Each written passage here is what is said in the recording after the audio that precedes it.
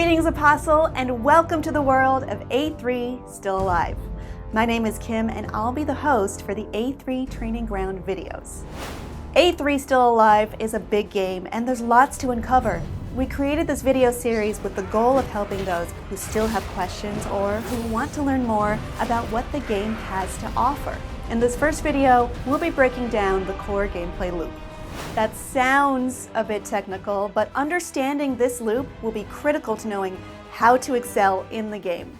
As a hero in the storyline of A3 Still Alive, you have an incredible task put before you. The Holy Onision Empire is in tatters, and the prophetess Radiant has gathered the last able warriors to defend the world against the resurrection of the dark god Encaro. Radiant heroically sacrifices herself to save the group, sending you back in time to help correct the failed course you were set upon. When you begin the game, you can choose a class that ultimately reflects your playstyle. The classes include Berserker, Templar, Archer, Assassin, and Wizard.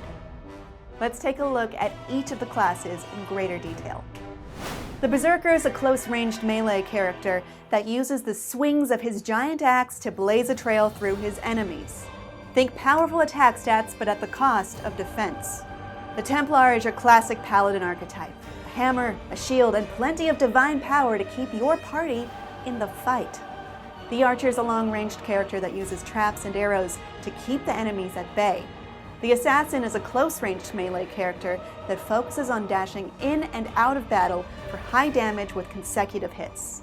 And last, the Wizard is a magical character that deals heavy damage from a distance and focuses on using the power of the elements to create large areas of effect.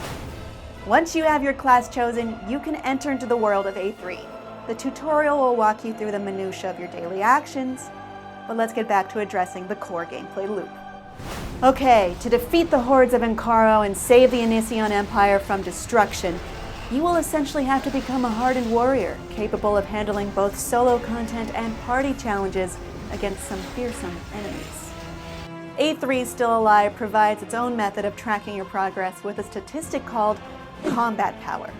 The number your combat power provides is absolute and will allow you to evaluate whether you have enough strength to defeat your enemies. The goal then, as you grow in the world of A3, is to grow your combat power.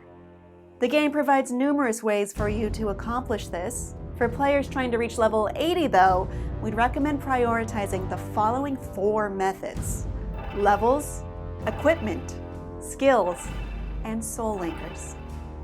Levels will be your bread and butter for character growth. The biggest opportunities to gain power are often through the developments of A3's own plot, making it the one thing you absolutely do not want to ignore. The other reason not to ignore the main story is a matter of unlocking features. Certain paths to unlocking additional CP gains are level gated, meaning in order to benefit from them, you have to become known to Onision. The second method for combat power is equipment. While levels will eventually max out, equipment tends to scale much more toward the late game, and it will eventually take priority. Equipment can be leveled up before it must increase in grade.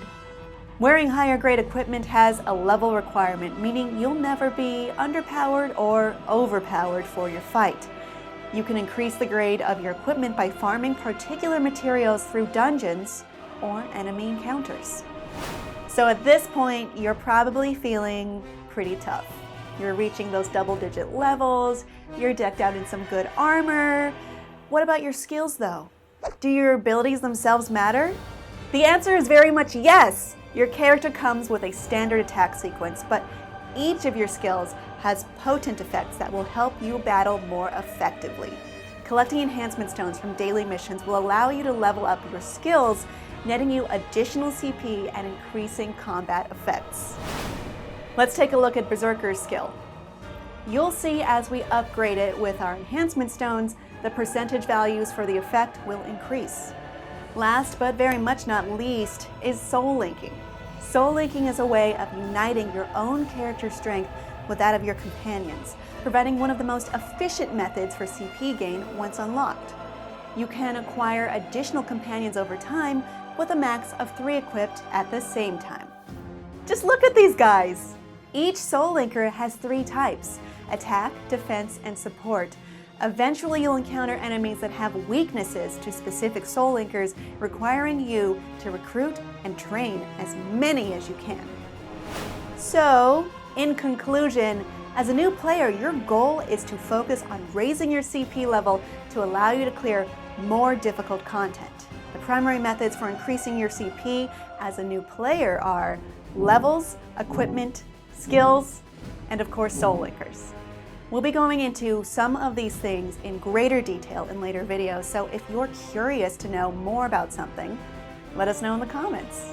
In our next video, we'll be addressing what happens when your warriors surpass level 80 and reach the true peak of difficulty in A3 Still Alive. Stay tuned. Be sure to like and subscribe to our channel for all the A3 Still Alive updates.